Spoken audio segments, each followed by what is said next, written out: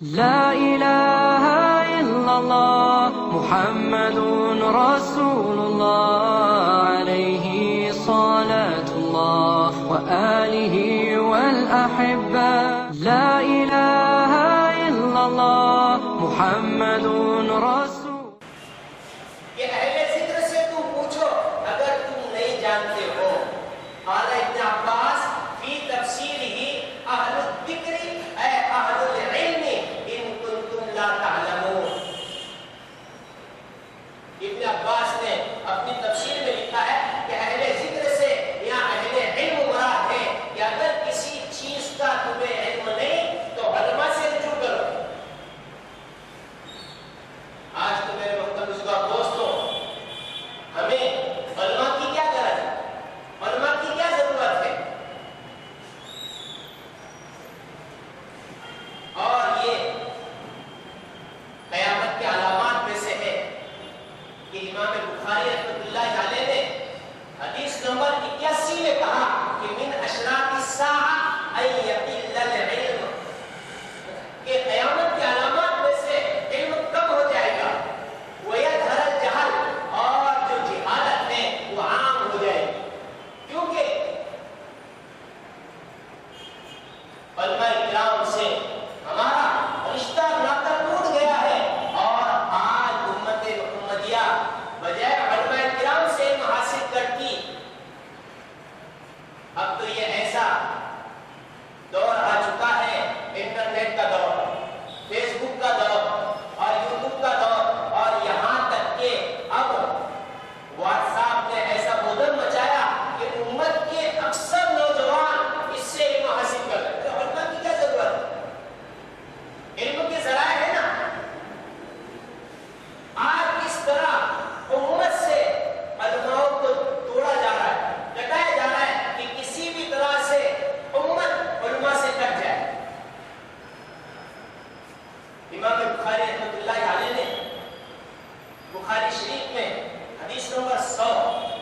اس میں ایک روایت ذکر کی, بہت تفصیلی روایت ہے کہ اللہ تبارک و تعالیٰ قیامت کی علامات کا تذکرہ کرتے ہوئے اللہ کے نبی نے کہا کہ علم اور علماء کیسے اٹھ جائے گی. یہاں تک کہ اللہ کے نبی نے کہا اتخذوا الناس رؤوسا جهالا فسئلوا فافتوا بغیر علم, کہ اللہ کے نبی